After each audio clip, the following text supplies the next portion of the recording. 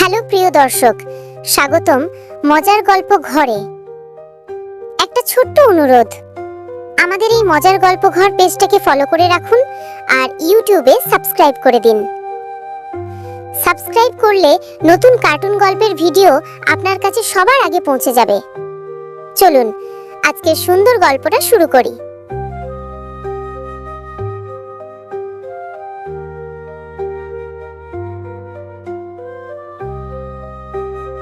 সুখশান্তিপুর গ্রামের দত্তবাড়ি বিখ্যাত ছিল একটাই কারণে, এই বাড়িতে ছিল এক মহিলা যাকে সকলে ভীষণ সম্মান করত, বুদ্ধিমতী ননদ রত্না দত্ত।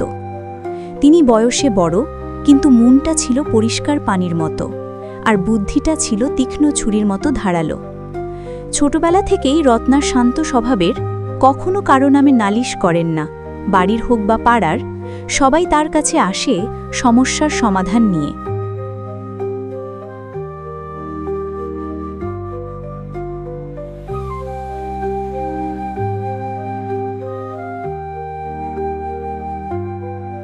একদিন দুপুরে রত্না উঠোনে বসে শাক কেটে রেখেছে।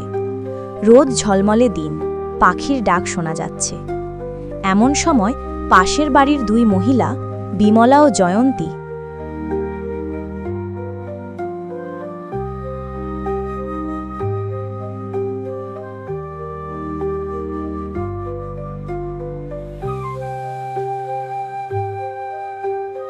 যাদের মুখে কথা আর কানে গুজব জ্যাম হয়ে থাকে, তারা এসে রত্নার ভাবি পূর্ণিমাকে ডেকে নিয়ে বলল, ও পূর্ণিমা, শুনলি তোর ননদ রত্না নাকি বলেছে তুই ঘরের কাজ জানিস না। রত্না দিদি এমন বলবে? আরেকটা কথা বলি, ও নাকি পাড়ায় গিয়ে বলেছে ভাবি কাজ করে না, আমি করছি। পূর্ণিমা ক্ষুব্ধ, তার মনেই সন্দেহ জাগল। দেখ, তোর ননদ বোঝে খুব, সামনে মিষ্টি পেছনে কটু। এই কথায় পূর্ণিমার মন গরম হতে লাগল। ধীরে ধীরে বিশ্বাস জন্মালো রত্না তাকে ছোট করছে। এভাবে 3 দিন ধরে মহিলাদের খোঁচা চলল। পূর্ণিমার মাথা গরম হয়ে উঠল। চতুর্থ দিন বিকেলে রত্না বারান্দায় বসে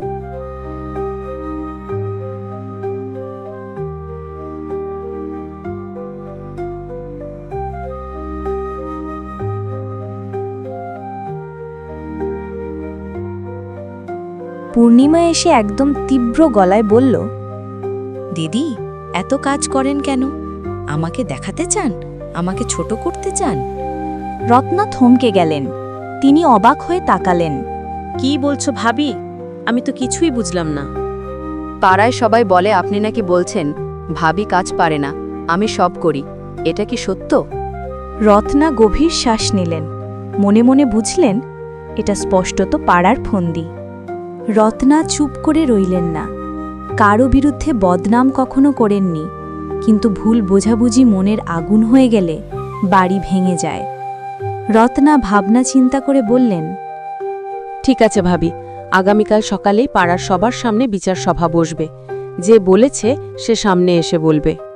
পূর্ণিমা প্রথমে কাঁপছিল, তারপর গম্ভীর হয়ে মাথা নেড়ে রাজি হল। পরদিন দত্তবাড়ির উঠোনে চেয়ার, খাট, পিঁড়ি সব সাজিয়ে ফেলা হলো। আসলো বিমলা, জয়ন্তী, শান্তিদেবী, রীতা, মধুবালা, রহিম শেখ, নীলিমা, আরও 10-12 জন পাড়ার মানুষ। সবাই ভিড় করে দাঁড়িয়ে অপেক্ষা করছে রত্না আজ কি বলবে। রত্না উঠে দাঁড়িয়ে পরিষ্কার গলায় বললেন, গত কয়েকদিন ধরে আমার ভাবির মনে আমার বিরুদ্ধে ভুল ধারণা ঢুকেছে। আমি নাকি বলেছি ভাবি কাজ করতে পারে না। এবার বলুন তো, এই কথা কে শুনেছে আমার মুখ থেকে? উঠোন নিস্তব্ধ। কে শুনেছে? সামনে আসুন। বিমলা ও জয়ন্তীর গলা শুকিয়ে গেল। তাঁরা একে অন্যের দিকে তাকালো। রত্না এবার কঠিন গলায় বললেন, মানুষের বদনাম করা সহজ, সামনে এসে সত্য বলা কঠিন। আজ সত্য বলবে সবাই। এই সময় শান্তিদেবী, যিনি গ্রামের সবচেয়ে বয়স্কা মহিলা, আগিয়ে এলেন।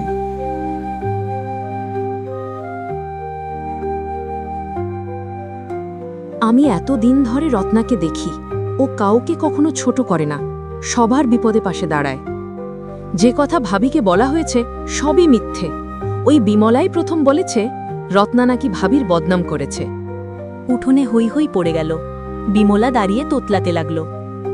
না মানে আমি তো শুধু শুনেছিলাম। আমি তো শুধু কথাটা পৌঁছে দিয়েছে। মানে তোমরা দুজনেই শুনে না বুঝে পরীক্ষা না করেই আমাদের সংসারে আগুন লাগালে? হ্যাঁ দিদি, আমাদের ভুল হয়েছে, ক্ষমা করেন। সব শুনে পূর্ণিমা পূর্ণভাবেই ভেঙে পড়ে। সে রত্নার কাছে এসে বলল, দিদি, তোমাকে না বুঝে আমি ভুল করেছি। আমি তোমাকে ছোট করেছি, রেগেছি, অভিমান করেছি, কিন্তু তুমি কোনোদিন আমাকে আঘাত করনি। আমি তোমার কাছে ক্ষমা চাই। ভাবি, সম্পর্ক পাড়ার কথায় নষ্ট হয়, মিলন হয় দুজনের সত্যিকারের ইচ্ছায়। তুমি আমার ভাবি, তোমার জায়গা আমার মনে, মানুষের কথায় নয়। সবার চোখে পানি। সেদিনের পর থেকে গ্রামের মানুষ রত্নার বুদ্ধিমত্তায় অভিভূত হয়ে গেল।